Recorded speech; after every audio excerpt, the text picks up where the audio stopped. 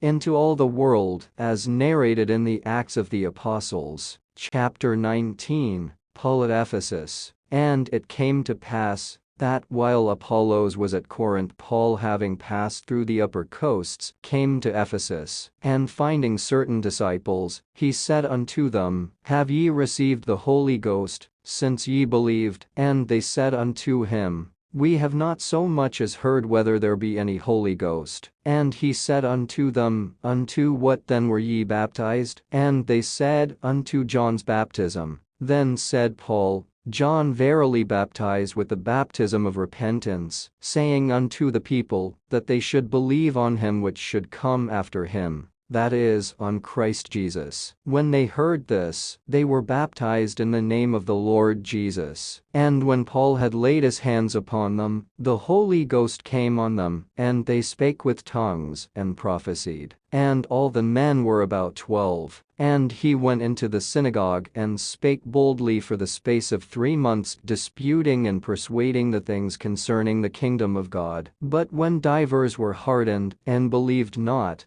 but spake evil of that way before the multitude, he departed from them, and separated the disciples, disputing daily in the school of one Tyrannus. And this continued by the space of 2 years, so that all they which dwelt in Asia heard the word of the Lord Jesus, both Jews and Greeks. And God wrought special miracles by the hands of Paul, so that from his body were brought unto the sick handkerchiefs or aprons, and the diseases departed from them, and the evil spirits went out of them. Then certain of the vagabond Jews, exorcists, took upon them to call over them which had evil spirits the name of the Lord Jesus, saying, We adjure you by Jesus whom Paul preacheth. And there were 7 sons of one Sceva, a Jew, and chief of the priests, which did so. And the evil spirit answered and said, Jesus I know, and Paul the first know, but who are ye? And the man in whom the evil spirit was leaped on them, and overcame them, and prevailed against them, so that they fled out of that house naked and wounded. And this was known to all the Jews and Greeks also dwelling at Ephesus, and fear fell on them all, and the name of the Lord Jesus was magnified. And many that believed came, and confessed, and shewed their deeds. Many of them also which used curious arts brought their books together, and burned them before all men. And they counted the price of them, and found it 50,000 pieces of silver. So mightily grew the word of God and prevailed. After these things were ended, Paul purposed in the Spirit, when he had passed through Macedonia and Achaia, to go to Jerusalem, saying, After I have been there, I must also see Rome. So he sent into Macedonia 2 of them that ministered unto him, Timotheus and Aristus, but he himself stayed in Asia for a season.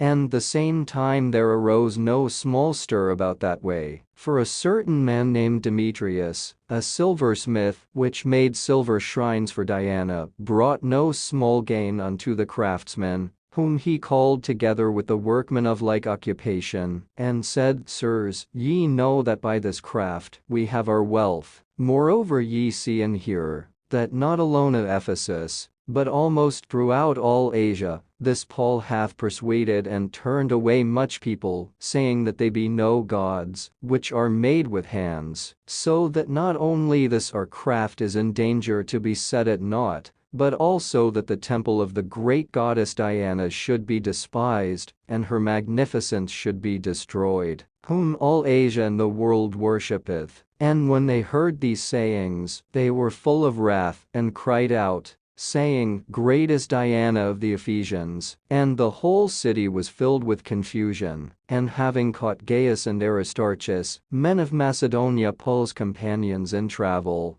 they rushed with one accord into the theater. And when Paul would have entered in unto the people, the disciples suffered him not. And certain of the chief of Asia, which were his friends, sent unto him, desiring him that he would not adventure himself into the theater. Some therefore cried one thing and some another, for the assembly was confused, and the more part knew not wherefore they were come together. And they drew Alexander out of the multitude, the Jews putting him forward. And Alexander beckoned with the hand, and would have made his defense unto the people. But when they knew that he was a Jew, all with one voice about the space of 2 hours cried out, "Great is Diana of the Ephesians." And when the town clerk had appeased the people, he said, "Ye men of Ephesus, what man is there that knoweth not how that the city of the Ephesians is a worshipper of the great goddess Diana, and of the image which fell down from Jupiter? Seeing then that these things cannot be spoken against, ye ought to be quiet, and to do nothing rashly, for ye have brought hither these men,